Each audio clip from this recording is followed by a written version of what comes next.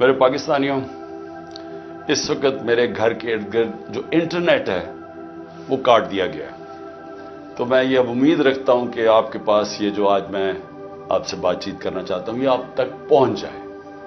مقصد اس کا صرف یہ ہے کہ آج کل میڈیا مکمل طور پہ کنٹرول کر لیا گیا، اور ایک ہی جو ہمارے پاس راستہ ہے سوشل میڈیا، اس کو کنٹرول کرنے کے لیے میرے گھر سارا انٹرنیٹ کاٹ دیا تاکہ میں کسی بھی طرح آپ تک اپنا پیغام نہ پہنچا سکوں۔ تو میں کوشش کروں گا کہ آپ تک میری بات چیت پہنچے۔ دیکھیے، سب سے پہلے میں نے جس طرح کی بربریت، بلکہ میں اس کو کہوں گا یزیدیت،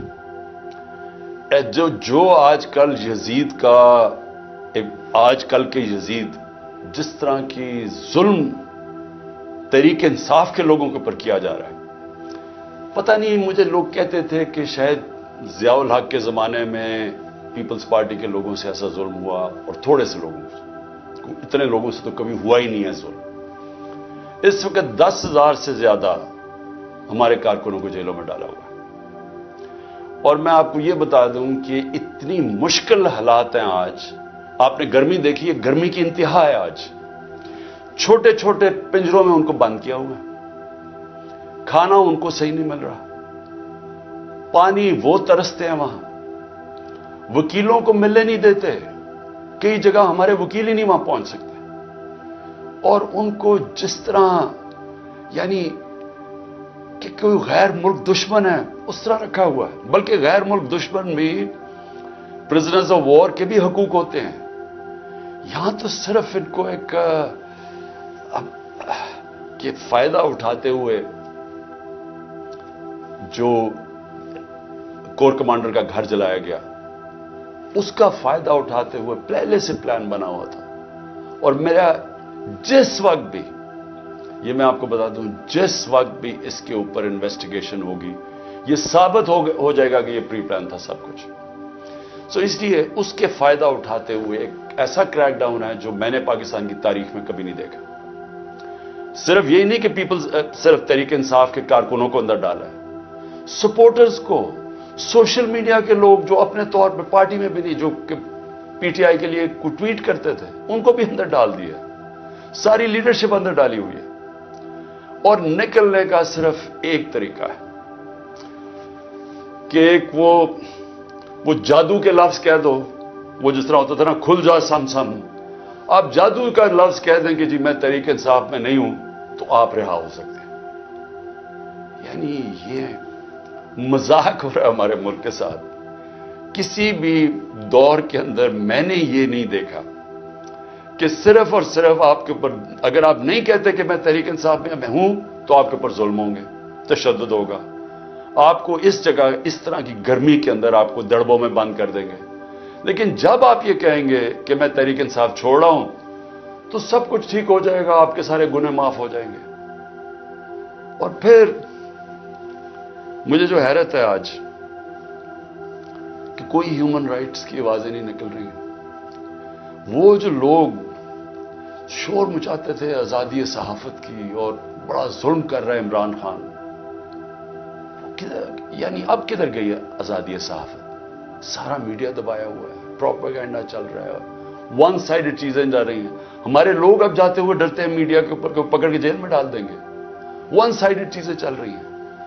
لوگ اب اتنا خوف اور ہراساں پھیلایا، اور میں نے خود کہا ہوا ہے اپنے لوگوں کو کہ چپ جاؤ، میں خود کہہ رہا ہوں اپنے کارکنوں کو، اپنے آفس بیررز کو، اپنے عہدیداروں کو، کوئی ضرورت نہیں ہے آپ کو سامنے آنے کی، اپنے گھروں میں نہ رہو، چھپ جاؤ، کیونکہ یہ جو اندھیری رات ہے، یہ جو رات میں سب سے زیادہ اندھیرا ہے، یہ زیادہ دیر نہیں چلتا۔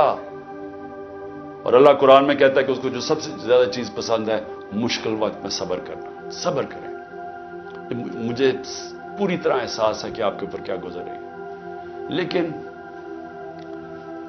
جو مجھے افسوس ہے کہ ہمارے کوئی بھی ہیومن رائٹس کے جو لوگ ہیں، وہ ڈر ڈر کے کوئی ایک آدھ بیان آ جاتا ہے، اور پھر میں صحافیوں کو کہوں گا، میں سمجھتا تھا کہ ہمارے صحافی بڑے پرو ڈیموکریسی ہیں، چلے جی میں میرے بڑے خلاف ہوں گے لیکن ڈیموکریسی کے لیے تو ساتھ ہے.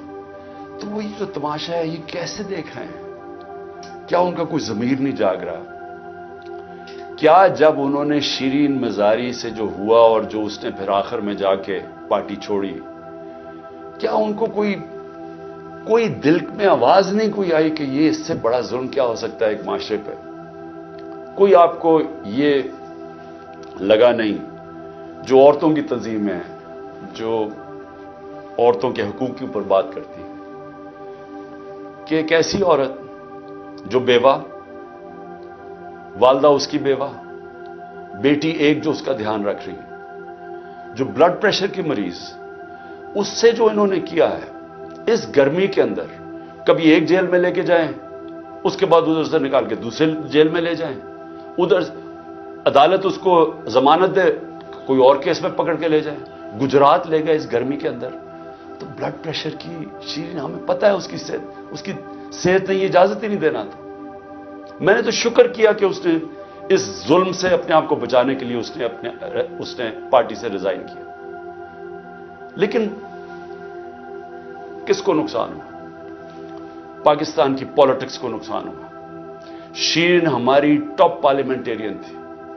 میری کیبنٹ کے اندر وہ منسٹر تھی جو جس طرح وہ پڑھ لکھ کے ایک ایک ایشو کے اوپر آتی تھی، کوئی اور کیبنٹ منسٹر، ایک ہماری ڈاکٹر ثانیہ تھی کہ اتنی محنت کر کے کبھی کیبنٹ میٹنگ میں نہیں آئی جو شیرین آتی تھی.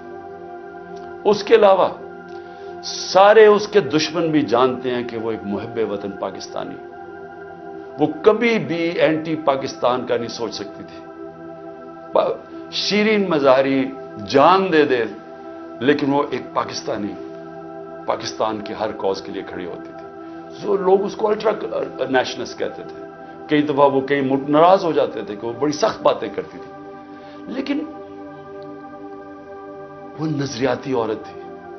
تو اس سے نقصان تحریک انصاف کو تو چلے ہوا، لیکن پاکستان کی سیاست کو اور جمہوریت کو نقصان پہنچا. اور عورتوں کو، بڑی کم عورتوں کے اندر اس طرح کی صلاحیت ہے پاکستانی پالیٹکس میں جو شیرین میں تھی. لیکن اس کے علاوہ مجھے آج پیغام آیا ہے کہ جی میں اب اور برداشت نہیں کر سکتا.